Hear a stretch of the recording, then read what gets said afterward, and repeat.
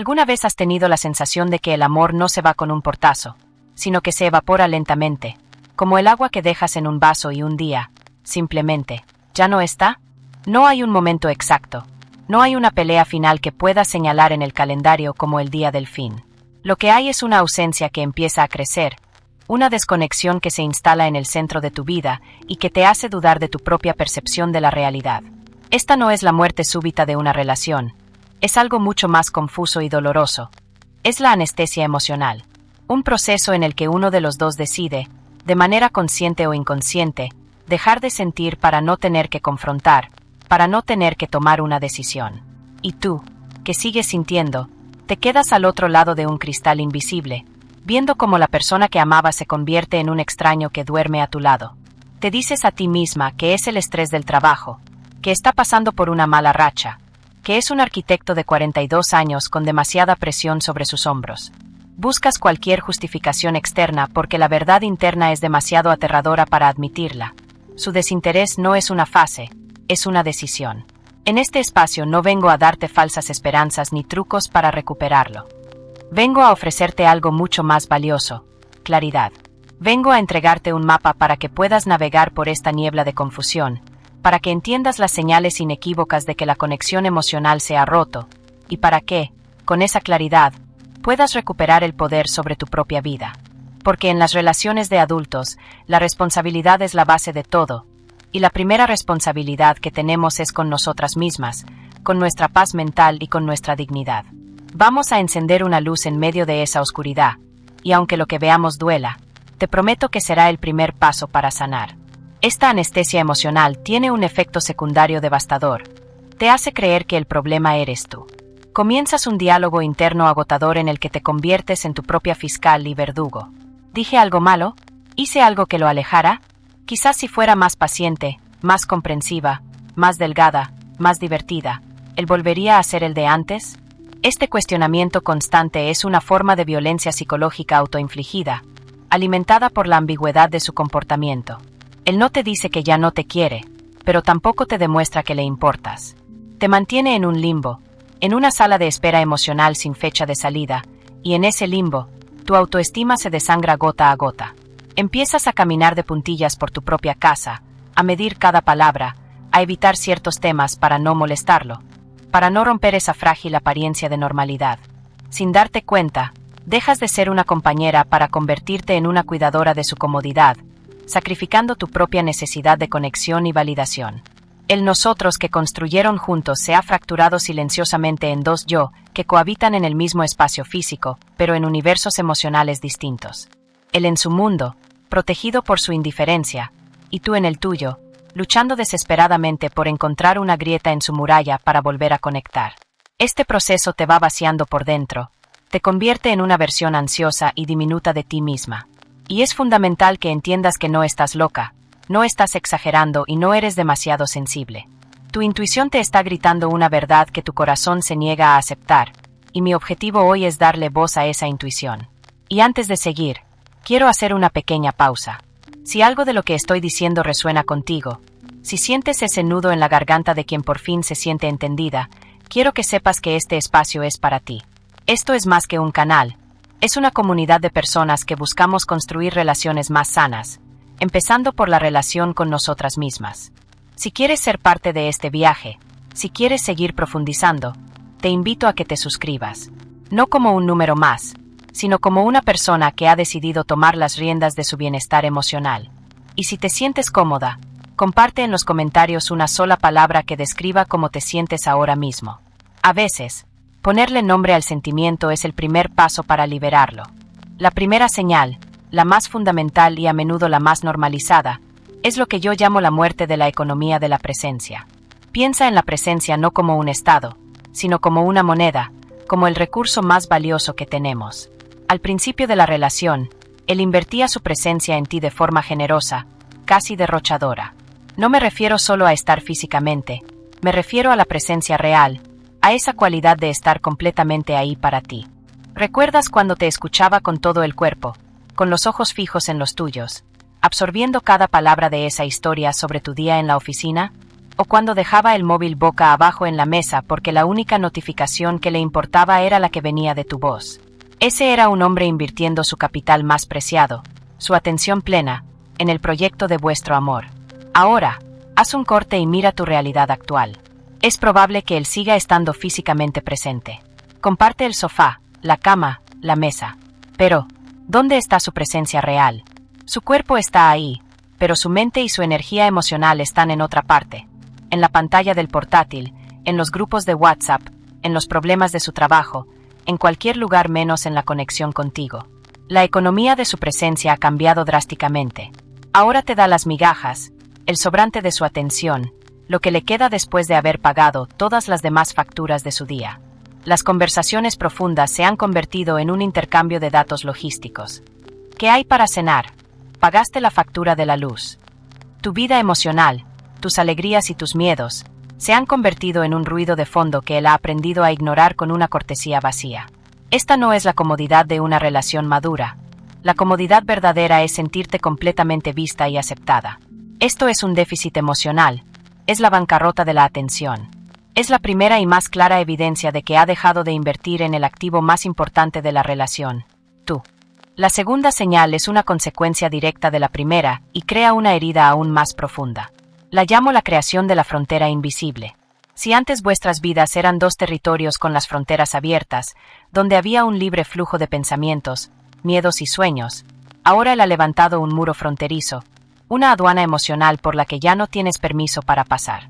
Y esta frontera tiene dos caras devastadoras. La primera es que su mundo interior se ha convertido en una zona de acceso restringido para ti. Ya no te cuenta lo que de verdad le preocupa. Si le preguntas qué le pasa, la respuesta será un nada o un cosas del trabajo que funciona como una puerta cerrada en tu cara. Ha dejado de hacerte partícipe de su vulnerabilidad, de sus dudas, de sus victorias. Te has convertido en una espectadora de su vida, no en su cómplice. Pero la segunda cara de esta frontera es la que más duele, porque te afecta directamente a ti. Él deja de querer cruzar a tu territorio. Pierde por completo la curiosidad por tu mundo interior. Puede que por costumbre te pregunte, ¿qué tal el día? Pero observa su reacción mientras le respondes. No hay preguntas de seguimiento. No hay un, ¿y eso cómo te hizo sentir? ¿Qué es lo que más te ilusiona de ese proyecto? Tu universo emocional, que antes era para él un lugar fascinante por descubrir, ahora se ha convertido en un país extranjero cuyo idioma ya no le interesa aprender.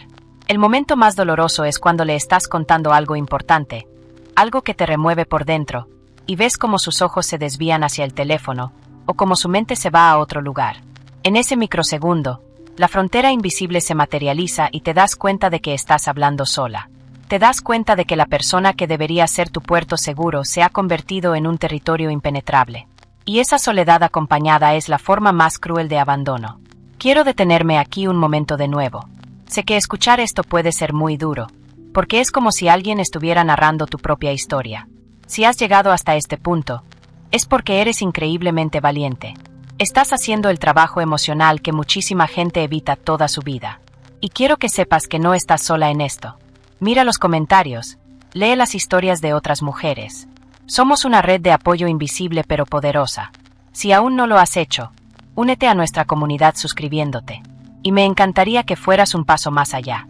Cuéntame en los comentarios, si te animas, sobre qué otro tema te gustaría que habláramos. Quizás sobre cómo reconstruir la autoestima después de una relación así, o sobre cómo poner límites. Tu voz importa aquí, porque este canal lo construimos juntas, historia a historia, herida a herida, sanación a sanación. Y llegamos a la tercera señal, la más contraintuitiva, la más sutil y, por eso mismo, la más dolorosa de todas. Es la señal que muchas mujeres confunden con una mejoría, con un momento de paz, cuando en realidad es el silencio que precede al final. La llamo el pacto del silencio o la tregua de los indiferentes. Culturalmente, nos han vendido la idea tóxica de que las parejas felices no discuten, de que el conflicto es sinónimo de fracaso. Es una mentira peligrosa. Las parejas vivas, las que se importan, discuten. No me refiero a peleas destructivas, sino al conflicto sano, el desacuerdo, el debate, la negociación. Discutir requiere una cantidad enorme de energía emocional. Requiere que te importe lo suficiente el resultado como para atravesar la incomodidad de una confrontación. Requiere que valores tanto el nosotros, como para luchar por encontrar un equilibrio. Un hombre que discute contigo, que se enfada, que te argumenta porque no está de acuerdo, es un hombre que todavía está en el ring contigo, peleando por la relación. Pero el hombre que ha perdido el interés ya no tiene energía para esa batalla. Discutir contigo se ha convertido en una inversión sin retorno, un gasto de recursos que prefiere dedicar a cualquier otra cosa. Y aquí es donde ocurre la revelación más brutal. Piensa en ese tema que antes era una mina explosiva en vuestra relación. Su falta de compromiso con las tareas del hogar, su relación con sus amigos, vuestros planes de futuro. Antes, sacar el tema era garantía de una discusión de horas. Ahora, lo mencionas, con el corazón en la garganta, y él te mira con una calma que hiela y te dice: sí, tienes razón, vale, lo que tú digas, haré lo que quieras. Y por un segundo, sientes un alivio falso. Por fin lo ha entendido, piensas. Pero es una trampa. Su acuerdo no es un acto de comprensión, es un somnífero verbal. Es la herramienta más eficaz que ha encontrado para callarte, para terminar la conversación incómoda lo antes posible y volver a su zona de paz indiferente. No te está dando la razón, te está quitando el poder. Tu opinión, tu dolor, tus necesidades han dejado de tener el peso suficiente para provocar en él una reacción genuina. Le da igual ganar o perder la discusión, porque para él, el juego ya ha terminado. Esta paz no es paz, es rendición. Es el silencio de un campo de batalla después de que uno de los ejércitos ha abandonado el terreno sin ni siquiera avisar. Ahora podemos ver cómo estas tres señales se entrelazan para tejer la red de la indiferencia de una forma lógica y aterradora. Todo comienza con la muerte de la economía de la presencia. Cuando un hombre deja de invertir su atención y su energía mental en la relación, el vínculo inevitablemente se debilita. Es como dejar de regar una planta. No muere de un día para otro, pero su vitalidad se va apagando lentamente. Esta falta de inversión crea el terreno perfecto para la segunda señal, la frontera invisible. Al no haber una conexión activa, los mundos emocionales de ambos comienzan a separarse. La comunicación se vuelve superficial y logística, y la intimidad, que es el pilar de cualquier pareja, se desvanece. Cada uno empieza a gestionar sus emociones por su cuenta, y el nosotros se disuelve en dos individuos que comparten un espacio pero no una vida. Y una vez que esta frontera está firmemente establecida, llegamos al estado final, a la tercera señal, el pacto del silencio. ¿Por qué iba a gastar energía en discutir sobre los problemas de un país del que ya no se siente ciudadano? ¿Por qué iba a pelear por unas fronteras que ya ha decidido no cruzar? La ausencia de conflicto no es más que la consecuencia lógica de la ausencia de conexión. Ha dejado de luchar porque, en su mente, ya no hay nada por lo que luchar. La relación ha pasado de ser un proyecto activo a ser un estado pasivo, un mueble más en su vida que está ahí, pero al que ya no le presta atención. La razón psicológica detrás de este patrón de comportamiento suele ser una profunda inmadurez emocional y un pánico a la confrontación. En lugar de asumir la responsabilidad adulta de comunicar su cambio de sentimientos y enfrentar el dolor que eso pueda causar, elige el camino pasivo de la evitación. Espera, consciente o inconscientemente, que seas tú la que llegue al límite, la que explote, la que finalmente tome la dolorosa decisión de terminar. De esta forma, él puede evitar el papel de villano y externalizar la responsabilidad de la ruptura. Es una estrategia de salida cobarde que te condena a meses, o incluso años, de una lenta agonía emocional. Entender todo esto es liberador, pero también te coloca en una encrucijada. ¿Qué hacer ahora con esta dolorosa claridad? Tu objetivo ya no puede ser arreglarlo o hacer que cambie. Tu objetivo ahora debe ser mucho más centrado en ti. Obtener una confirmación definitiva para poder tomar una decisión informada y recuperar el control de tu vida y de tu paz. Y para ello, te propongo un plan de acción concreto en dos fases. La primera fase la llamo el diagnóstico personal. Durante los próximos 7 días, te pido que te conviertas en una observadora silenciosa y objetiva de tu propia relación. No vas a iniciar ninguna discusión, no vas a hacer ninguna reclamación. Simplemente, con esta nueva información en tu mente, vas a observar. Cuando él prefiera mirar el móvil a escucharte, anota mentalmente. Señal 1. Economía de la presencia. Cuando le cuentes algo importante y responda con un monosílabo sin interés, anota. Señal 2. Frontera invisible. Cuando intentes hablar de un problema y él te dé la razón para cerrar el tema, anota. Señal 3. Pacto del silencio. El propósito de este ejercicio no es acumular resentimiento ni buscar munición para una futura pelea. El propósito es validar tu propia realidad. Es reunir pruebas, no para él, sino para ti. Es para que, cuando des el siguiente paso, lo hagas desde un lugar de certeza inquebrantable, no desde la duda o la culpa. Es para que nadie, ni siquiera tu propia mente, pueda volver a convencerte de que estás exagerando. Este paso te devolverá la confianza en tu propia percepción, que es el primer pilar de la autoestima. Estás pasando de ser la víctima de la situación a ser la investigadora de tu propia vida. Y ese cambio de rol, por sí solo, ya es un acto de poder inmenso. Una vez que hayas completado tu diagnóstico personal y te sientas anclada en la certeza de tu realidad, es el momento de la segunda fase, la conversación de la dignidad. Esto no es un ataque, no es un ultimátum y no es una escena de llanto y súplica. Es una declaración calmada y firme de tu estado emocional, un acto de amor propio en el que comunicas tu verdad. Debes elegir un momento tranquilo, sin distracciones, y mirándolo a los ojos, usar un lenguaje que se centre exclusivamente en tus sentimientos. Podrías decir algo como: necesito hablar contigo de algo que es importante para mí. Últimamente, y desde hace ya un tiempo, me he estado sintiendo profundamente sola en esta relación. Siento que la conexión que teníamos se ha perdido y que vivimos como dos extraños. Echo mucho de menos a mi compañero, y necesito entender qué está pasando desde tu punto de vista, cómo lo estás viviendo tú. La clave aquí es que no estás lanzando una acusación, tú nunca me escuchas, sino que estás exponiendo una herida, yo me siento sola. No le pides que se defienda, le invitas a que te ayude a comprender tu propio dolor. Ahora viene lo más crucial de todo. Ignora casi por completo sus palabras y concéntrate en su reacción no verbal. Un hombre que, a pesar de todo, todavía tiene un mínimo de inversión emocional, reaccionará a tu dolor. Quizás se ponga a la defensiva al principio, quizás se frustre, pero su foco, tarde o temprano, volverá a ti. Verás preocupación en sus ojos, su cuerpo se inclinará hacia ti, buscará entender más. Sentirás, aunque sea a través de su propia incomodidad, que tu herida le importa. Pero un hombre que ya se ha ido emocionalmente no reaccionará a tu dolor, reaccionará a la molestia de tener esa conversación. Verás fastidio en su rostro, cansancio. Se recostará hacia atrás, su energía gritará: otra vez con esto. Te dará la razón rápidamente y te prometerá cualquier cosa, no para sanar la relación, sino para sanar su propia incomodidad en ese momento. Su reacción a tu vulnerabilidad es la respuesta definitiva que ninguna palabra puede ocultar. Si ves apatía, si ves a un hombre que trata tu dolor como un inconveniente, tienes la confirmación que necesitabas.